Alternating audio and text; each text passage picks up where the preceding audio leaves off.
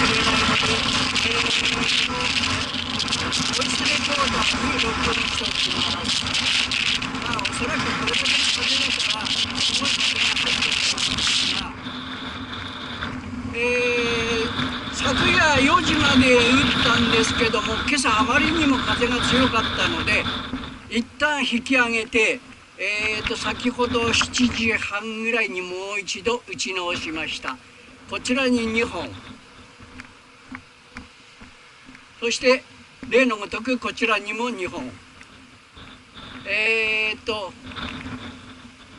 リミットは明日の夜までなので、もう、賞味1日しかないんですけども、まあ、やれることはやっときましょう。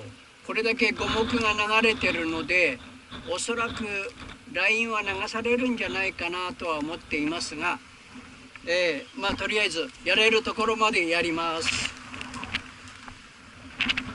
八郎型特有の暴風にやられております。何しろすごい風です。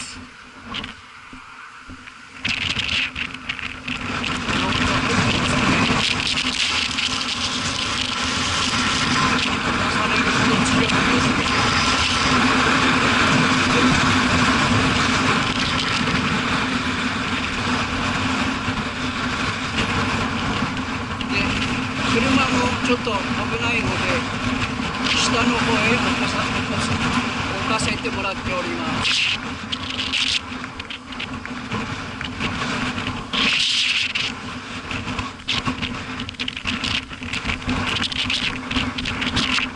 こういう感じの場所です。